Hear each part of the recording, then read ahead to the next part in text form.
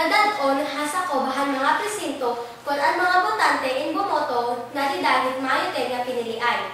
Hailarom han General Instructions o GI nga igin pagawasan COMELEC para synchronize national o local nga piniliay ang Board of Election Inspector BEI in gimamanduhan nga diritugutan ang mga botante in paggamitan era cellphones o kamera haira pagboto.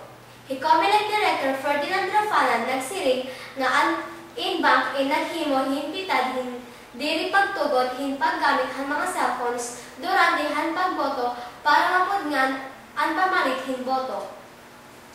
Nagsiring hirafanan nga ang iba na nagamit han ira mga cellphones para hin pagretrato ang ira palota nga diin hinihimo nga prueba nga hirain binoto han kandidato nga pinalitahan ira mga botos. Ang panmotos in magtitikang ni dahil alas 7 hit aga ug magtatapos ni dahil alas 6 hit gabi.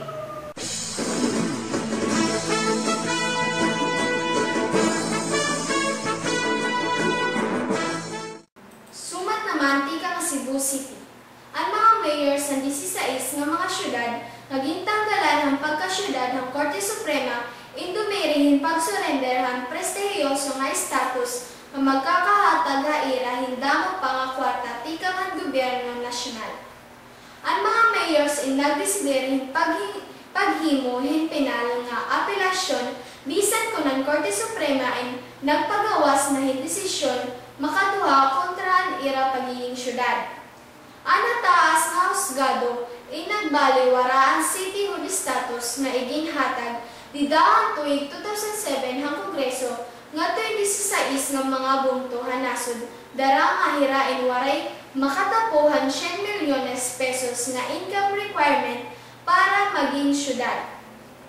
Mayor Patrick Barcenas han Carcar City nagsiring nga diri hira masurrender darang nga maatubang daw hirahin mas dako nga problema kung mahibalik nga tuwing paging mga munisipalidad.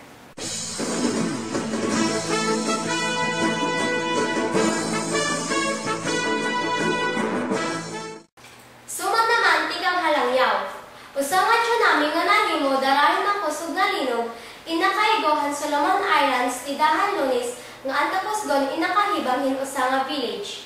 Sigon na report, waray tao nga seryoso nga nahibang.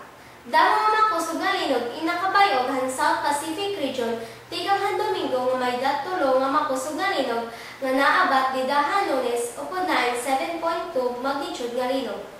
Ang kanan Solomon Islands National Disaster Management Office nagsiring nga ang reports bahin han distroso han linog inasabtan Tidahan Lunes. Ang linog inakasentro hailarom han kadagatan harani han bungtuhan Gizo nga dako ang naging distroso Tidahan Abril 2007 han maigo inihin tsunami darahin 8.1 magnitude nga linog nga nakamatay hin 50 ka tawo.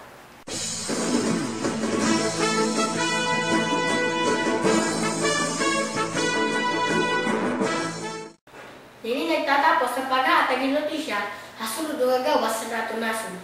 Mabalik ang Bata Patrol, sunod na Domingo para nga oras para nga channel. Ako ay Chinabel A. Kulima. Ako naman itingan na sila G. Quitorio. Sa ngalan ni Shane Glamour Villa Mosco, hiya ko ay Melissa Ilardo. Kami